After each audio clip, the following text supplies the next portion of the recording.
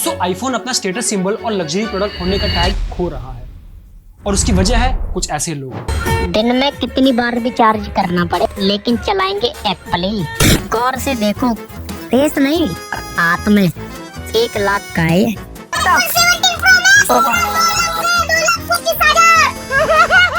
He is a 10 but he uses Android phone. Bro, yuck. I'm out here. -10. -10. Aura. और तुम्हें iPhone की spelling बता दूं, IHONC। इससे पता चलता है कि हम इंसान मटेरियल चीजों के पीछे कितना पागल हो चुके हैं। एक रिपोर्ट के हिसाब से आईफोन जैसे प्रीमियम गैजेट्स टियर 1 सिटीज के मुकाबले टियर 2 और टियर 3 सिटीज में ज्यादा बिक रहे हैं। मतलब ऐसे शहर जो कि कम डेवलप्ड होते हैं और जहाँ पर लोगों की इनकम भी बहुत कम होती है। तो अचानक से पैसे बचाने वाली जनता पैसे उड़ाने कैसे लग गई, वो भी एक आईफोन के पीछे जिसकी शायद उनको जरूरत भी नहीं। और एक बार इन लोगों के आईफोन खरीदने का लॉजिक सुनो।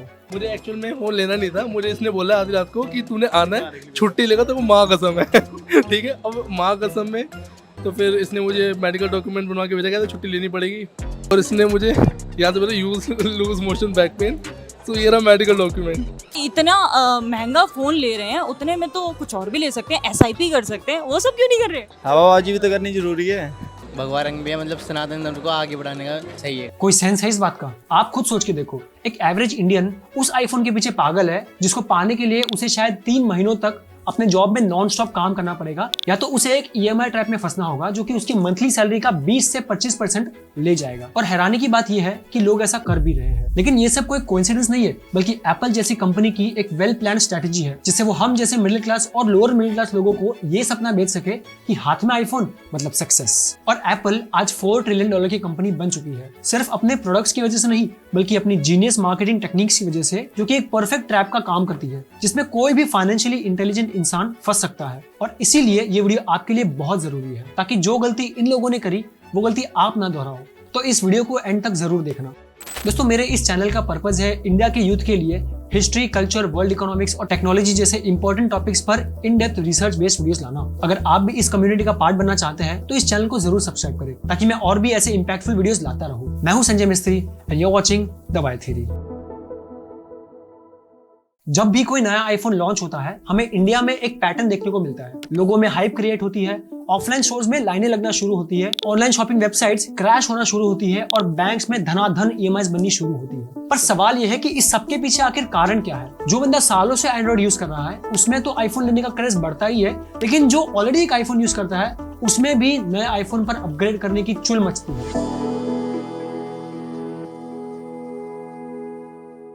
सबसे पहले बात करते हैं उन लोगों की जिनको आईफोन जैसे महंगे डिवाइसेस की जरूरत भी नहीं थी, लेकिन फिर भी वो इस आईफोन ट्रैप में भला कैसे फंस गए। इसका सिंपल आंसर है अटेंशन। और जब कोई ऐसा व्यक्ति आईफोन लेता है वो सिर्फ एक फोन नहीं खरीद रहा बल्कि एक स्टेटस बाय करता है और धीरे धीरे उसे लगने लगता है कि वो भी एक रिच कम्युनिटी का पार्ट है। और उसके आसपास के लोगों को लगता है कि अगर मेरी दोस्ती इस आईफोन वाले बंदे से हो जाए तो मैं भी एलीट लगूंगा। इसी की वजह से आईफोन यूजर्स को लोग इतना अटेंशन देते हैं और इसी चीज को साइकोलॉजी में द हेलो इफेक्ट कहा जाता है।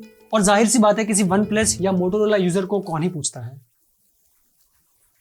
और इसी अटेंशन को पाने के लिए लोग इन मेटल के डब्बों के पीछे भाग रहे हैं। और ये चीज मैंने खुद एक्सपीरियंस करी है। 10th क्लास में जब मेरे स्कूल में एक प्रोग्राम था तो मैं अपने पापा का iPhone 4S लेके गया था। और भाई साहब क्या बताऊं, जैसे ही लोगों ने मेरे हाथ में आईफोन देखा सब अटेंशन देना शुरू हो गए। पता नहीं मेरे स्कूल का कोई एक ऐसा बंदा है जो कि मुझे जिंदगी में कभी मिला भी नहीं, वो भी आकर मेरा दोस्त बना चाह रहा था। और हमारे स्कूल की जो पॉपुलर लड़की जिसके पीछे सारे लड़के पागल है, वो मेरे साथ आकर मेरे आईफोन 4S पर फोटो खिंचवाना चाह रही थी। और मेरा भाई मेरा ही आईफोन ले जाकर अपने फ्रेंड्स के सामने कूल बनने की कोशिश कर रहा है। अब मैं ये नहीं कह रहा कि हर कोई आईफोन के पीछे पागल है, लेकिन दोस्तों यहाँ पर गौर करने वाली बात यह है कि मार्केट में और भी 3 तरीके के लोग हैं जो आईफोन खरीदते हैं। पहले है वो लोग जिनके लिए आईफोन सिर्फ एक स्टेटस सिंबल नहीं बल्कि एक यूजफुल डिवाइस है। दूसरे टाइप के ऐसे लोग हैं जो कि सालों से एंड्रॉइड फोन यूज कर रहे हैं और अब जब फाइनेंस का इशू नहीं है तो उन्होंने बस ट्राई करने के लिए एक आईफोन लिया है। और तीसरे टाइप के वो लोग हैं जिनके लिए सिक्योरिटी और आईफोन से ली हुई फोटोज बहुत मैटर करती है और उस चीज पर वो कॉम्प्रोमाइज नहीं कर सकते। सबसे इम्पोर्टेंट रीजन ये है कि आईफोन पे एड्स नहीं आती, उसके अलावा उसका यूजर काफी क्लीन और स्मूथ है मेरे लिए, तो मुझे इसके अलावा किसी और चीज की चिंता करने की जरूरत ही नहीं पड़ती। एंड यस, एप्पल का इकोसिस्टम। एंड यहाँ पर मैं कहना चाहूंगा कि एप्पल का ecosystem one of the most versatile है और बहुत ही अच्छे से काम करता है। और इसी इकोसिस्टम में एप्पल के प्रोडक्ट्स आपस में बहुत अच्छे से इंटीग्रेट होकर काम करते हैं। जैसे अगर आप कोई भी टेक्स्ट मैकबुक पर कॉपी करोगे तो वो ऑटोमेटिकली आपके आईपैड में भी पेस्ट हो सकता है। पर जरूरी नहीं कि हर किसी का आईफोन लेने का रीजन जेन्युइन हो। कई लोगों को इंटरनली ये पता होता है कि वो फालतू पैसा लगाने जा रहे हैं, पर फिर भी वो लगाते हैं। बस उन्हें एक रीजन चाहिए होता है उनकी वांट्स को वैलिडेट करने के लिए। एंड सीरियसली ये बात सच है। जब आईफोन 17 लॉन्च हुआ था तब लोगों में आईफोन 17 प्रो का वो ऑरेंज कलर लेने की बहुत एक्साइटमेंट थी। इतना कि आईफोन 17 की प्री बुकिंग्स लास्ट ईयर के आईफोन 16 की प्री बुकिंग से 40% इंक्रीज हो गई और इंडिया के चारों एप्पल स्टोर्स में लॉन्च के पहले से ही बहुत भीड़ लगने लगी। कुछ स्टोर्स के बाहर तो हाथापाई भी होना शुरू हो गई और कुछ लोग तो रात के 4 बजे से लाइन में लगे थे ताकि वो सुबह आईफोन ले सके, और स्पेशली वो ऑरेंज कलर वाला आईफोन। कॉस्मिक ऑरेंज कलर लेना है मुझे तो 17 में प्रो मैक्स। रात से सोचा हुआ है, यही सिर्फ रात से लगे हुए रहने थे। और यहाँ दोस्तों वीडियो थोड़ा डार्क एंगल लेने वाली है, क्योंकि मैं उन इंसिडेंट्स के बारे में बात करूंगा जिनको सुनकर शायद आपके भी होश उड़ जाए। आप सबने ये वाली न्यूज तो सुनी ही होगी कि कितने लोगों ने आईफोन लेने के लिए अपने किडनीज तक बेच दी है। पर दोस्तों ये वाली न्यूज तो सालों पुरानी है।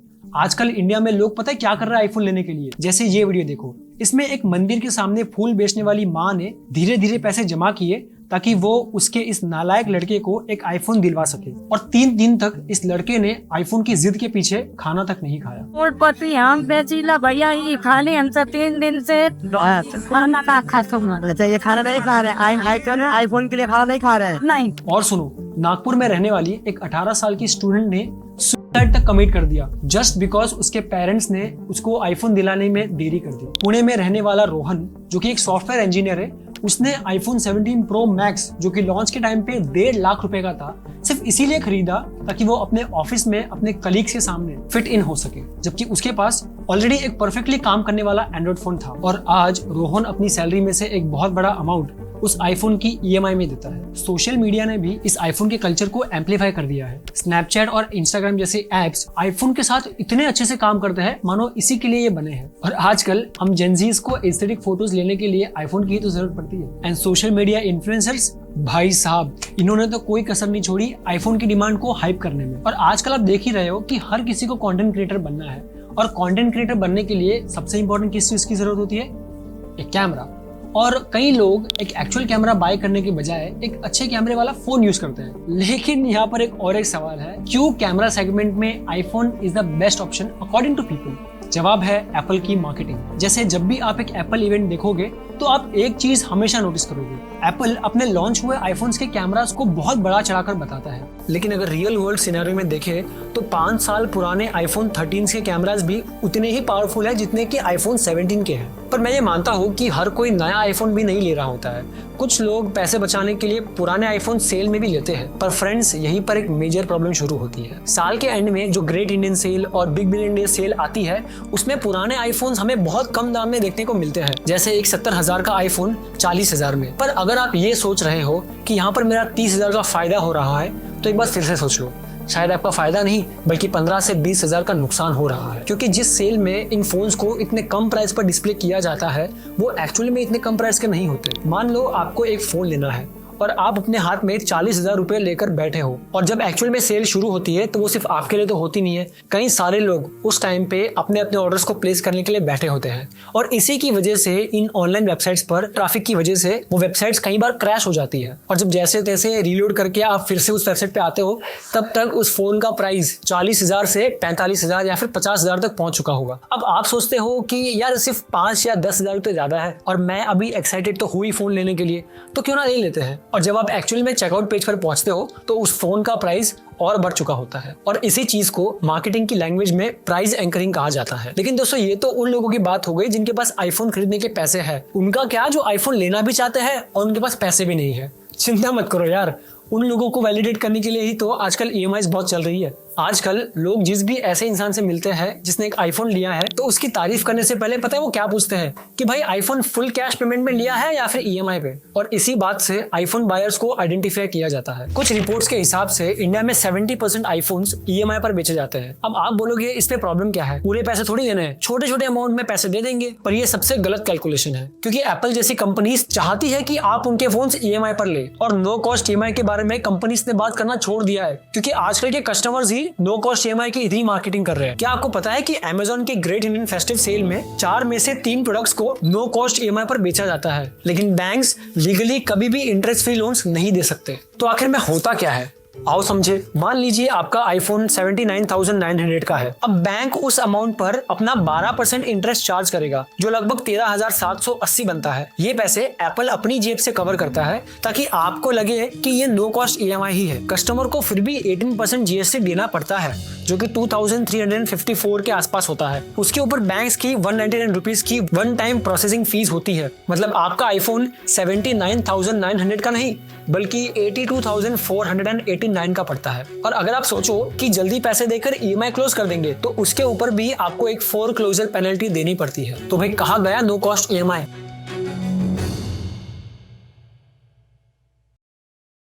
अब बात को समझो। आई नो कि एक आईफोन लेना बहुत टेम्पटिंग हो सकता है, किसी का भी मन करेगा खरीदने का, क्योंकि कंपनीज अपने फोन को मार्केट करने का काम बहुत अच्छे से कर रही है। पर क्या वो टेम्पटेशन सच में वर्थ इट भी है? और मैं अपने पर्सनल एग्जांपल से बता रहा हूँ। मैंने एक 10,000 का माउस खरीदा है। पहले 2 दिन जब मैं उसको यूज कर रहा था तो मुझे बहुत मजा भी आ रहा था और एक्साइटेड सा फील हो रहा था और काफी अच्छा लग रहा था उसको यूज करने में।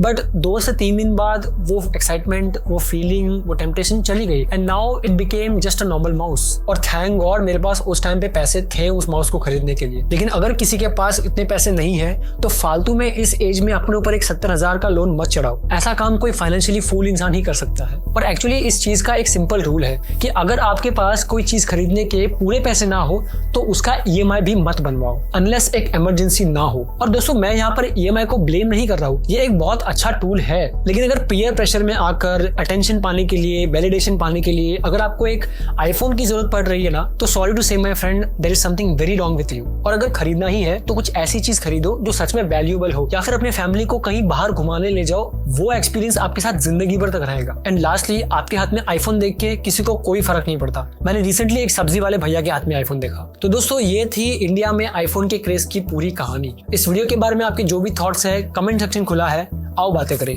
That's it from my side. I am Sanjay Mistry. See you in the next video.